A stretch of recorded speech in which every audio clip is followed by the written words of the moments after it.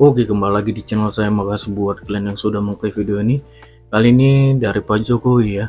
Pak Jokowi kali ini bongkar siapa yang paling ambisi kekuasaan. Dan terkait Rocky Gerung dan Bu Megawati ya, kesamaannya apa saja. Kita lihat gimana videonya. Sebelum kita ke video, bantu subscribe dulu channel saya yang belum subscribe. Tidak tunggu lama, kita ke videonya langsung. Let's go. Jujur ya, pertama, Mas Gibran ini bukan pilihan utama untuk menjadi wapres. Aku buka aja deh.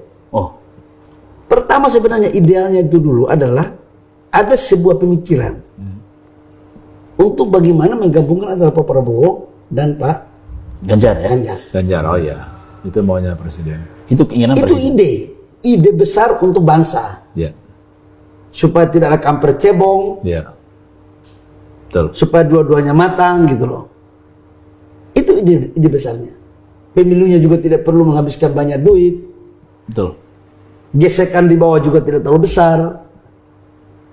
Itu ide ideal, gagasan ideal. Kemudian ini berjalan.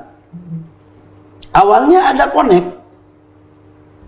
Begitu waktu berjalan, survei Pak Prabowo, waktu itu kan Pak Ganjar surveinya tinggi. Tinggi. Waktu itu komitmennya adalah siapa yang punya survei lebih tinggi, itu yang menjadi capres. Surveinya di bawah, yang di bawah ya cawapres. Awalnya ide itu cukup bagus untuk kemudian menjadi bahan diskusi renungan gitu loh. Tapi belum ada satu titik kesepakatan. Tapi biarlah bola itu bergulir. Gitu. Waktu berjalan ternyata surveinya kawan dua-dua ini bagus, baik Pak Ganjar maupun Pak Prabowo. Dan ketika surveinya cuma beda 3-4% di margin error, nggak ada yang mau ngalah siapa nomor 1, siapa nomor 2. Akhirnya ide itu batal. Ya. Pak Jokowi nggak bisa memutuskan. Ya, nggak bisa maksudnya siapa yang jadi capres dan siapa cawapres. Beliau kan hanya menyampaikan ide. Ya. Bahwa presiden itu hanya menyampaikan ide untuk kebaikan bangsa. Itu ide pertama. Begitu selesai, Tidak ada yang mau ngalah. nggak ada yang mau ngalah, maka muncullah opsi kedua. Waktu itu saya dorong abang saya, Mas Erik. Jadi Pak Presiden pun waktu awalnya itu mendorong Pak Erik sebagai salah satu cawapres. Ya. Ya. Bukan satu-satunya ya, sebagai salah satu cawapres. Termasuk Sandi segala macam. Iya. Dan waktu itu kan kemudian kan telah terafiliasi dengan Pak Prabowo. Ya. Dan Bang Erik waktu itu punya kesempatan yang cukup besar. Melalui PAN. Melipat. Tapi sekali lagi, proposalnya Pak Prabowo itu beda. Pak Prabowo itu meminta kepada Pak Presiden untuk Mas Gibran yang menjadi wakilnya. Pak Prabowo ada masalah dengan Erik. Nggak ada masalah. Cuma Pak Prabowo kan nggak mau lagi jadi cawapres, nggak mau jadi capres. Dia pengen menjadi capres dan presiden. Iya. Saya tidak tahu pertimbangan apa Pak Prabowo. Jadi itu proposal untuk Pak Gibran itu adalah Pak Prabowo. Pak Prabowo. Itu idenya ide Pak Prabowo. Pak Prabowo yang minta. Tidak ada permintaan dari Presiden Jokowi. Nggak ada, Pak Presiden waktu itu nolak. Bahkan mungkin Presiden milih Erik ya. Bapak Presiden memilih Erik. Itu benar tuh. Gue bisa bertanggungjawabkan. Ya. Bener nggak ada isu bahwa kalau misalnya Prabowo itu memilih Erik, Ketua Umum Partai Golkar Pak Erlangga Hartarto menolak. Nah, Bener nggak itu? ada cerita lagi nih. Ini ketua umumnya Gus Ipan ini. Jadi biar clear di kita. Jadi awalnya Pak Presiden Jokowi itu memilih Pak Erik. Ya. Oke. Pak Prabowo membawa Pak Gibran. Kemudian di dalam rapat koalisi. Dalam rapat koalisi itu voting tertutup. Di mana voting tertutup, satu partai koalisi itu berhak menyampaikan tiga suara. 3 nama. Tiga nama. Di dalam 3 nama itu, suara paling banyak itu Mas Gibran. 7. Ibu Khofifah 4, Bang Erik 1. Ya. Pak Erlangga satu, kalau tidak salah Bang Yusril juga satu. Iya. Oh, itu dalam voting tertutup itu, Di keempat. maksudnya partai-partai koalisinya termasuk partai-partai yang belum masuk parlemen juga kan? Iya, Partai baru. iya, gue termasuk Itu suaranya sama antara partai Golkar yang besar, partai Gerindra besar dengan. gue terkecuali gue ketua umum partai kalau itu menyangkut mekanisme jangan tanya gue. Iya, harusnya kan beda itu. Iya.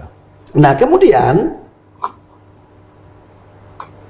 Pak Erlangga menyampaikan kalau Pak Eri yang jadi wakil, Golkar keluar dari koalisi. Benar gak Gus Ipan? Ya kira-kira begitu. Kok malah ditanya Gus? Karena tiap hari sama Pak Erlangga nih, dia terasa di antara kita. Oh, iya. Gitu loh. Jadi supaya persepsi publik ini jelas gitu loh. Nah kemudian waktu itu Pak Presiden meminta, coba tolong lagi pertimbangkan Pak Eri. Gitu loh ceritanya. Kemudian berangkatlah ke China dan ke Arab. Ya. Saya yang tinggal waktu itu. Iya. Ini saya saksi hidup. Cek ke Indonesia. Saya tinggal untuk memantapkan investasi. Gitu loh. Iya. Waktu rapat malam itu gonjang ganjing, itu Pak Erlangga masih ngotot. Voting tertutup itu setelah ada keputusan MK atau belum? Setelah. Oh, setelah. Oke, lanjut. Setelah. Malam itu gonjang ganjing, Pak Erlangga mengatakan kalau Pak Eri Golkar akan berpotensi untuk Cabut. tidak berkoalisi dengan Pak Prabowo. Artinya dari semua cawapres yang ada itu semua partai itu kalau Pak Gibran itu tidak ada partai yang menolak. Semuanya setuju. Tapi kalau selain dari Mas Gibran itu pasti ada partai yang mendukung dan menolak. Resisten. Dengan kata lain, Mas Gibran sebagai cawapres di koalisi Indonesia Maju ini sebagai perekat Iya. untuk semua partai. Yang resistensinya paling kecil ya. Nggak ada resistensi. Iya. Gak ada resistensi. Nggak ada resistensi Nggak ada resistensi. Jadi sebenarnya yang meminta jadi cawapres itu bukan Mas Gibran, Bukan pula Pak Jokowi. bukan pula orang tuanya. Apalagi Yang ibunya. minta itu, apalagi ibunya. Ini terlalu banyak juga fitnah ini. Oh, informasi Yang- ibunya tuh gak ada? Nggak ada itu bos, mana ada. Saya mohon maaf dengan segala hormat ya. Eh. Ibu itu mana pernah campur-campur urusan begitu, Pak. Mas Badar kenal banget, dekat banget dengan ibu. Ya tidak terlalu dekat tapi kenal lah. Oh, oke. Tahu lah ya Tahu kebiasaan, lah. Mana pernah- karakter. Mana pernah kami rapat aja nggak pernah ada ibu. Urusan-urusan begitu yang saya pahami ya, ibu nggak pernah ngurus gitu. Jadi ide yang maunya Mas Gibran ini jadi wapres itu adalah proposal ide dasarnya dari Pak Prabowo. Yang kedua, kehendak dari partai-partai, di mana Mas Gibran dianggap sebagai perekat dari koalisi ini, agar koalisi ini tidak pecah. Iya. Dan itu bisa dicek. Dan make sense kan? Artinya kalau misalnya Mas Gibran ya artinya orang tuanya pasti akan dari bagaimanapun juga kan orang tua pasti akan Dukung support anak. Itu pintar-pintarnya Pak Prabowo aja. Iya. Tapi maksud saya sampaikan adalah keinginan Mas Gibran untuk menjadi cawapres itu bukan keinginan pribadinya, Iya. bukan keinginan orang tuanya atau orang-orang dekatnya, apalagi ibunya. Mohon maaf dengan segala hormat. Tapi itu adalah keinginan dari Pak Prabowo yang juga menjadi keinginan dan pikiran yang sama dari partai-partai koalisi. Makanya tidak ada satu partai koalisi pun yang menolak Mas Gibran. Bahkan mereka meminta untuk Mas Gibran sebagai wapres perekat dari perbedaan pemikiran dari partai koalisi. Dan hasilnya dari orang underestimate, katanya masih muda, baru wali kota 2 tahun, belum bisa bikin apa-apa. Coba lihat, orang membingungkan semua kan tampilan dia kemarin waktu.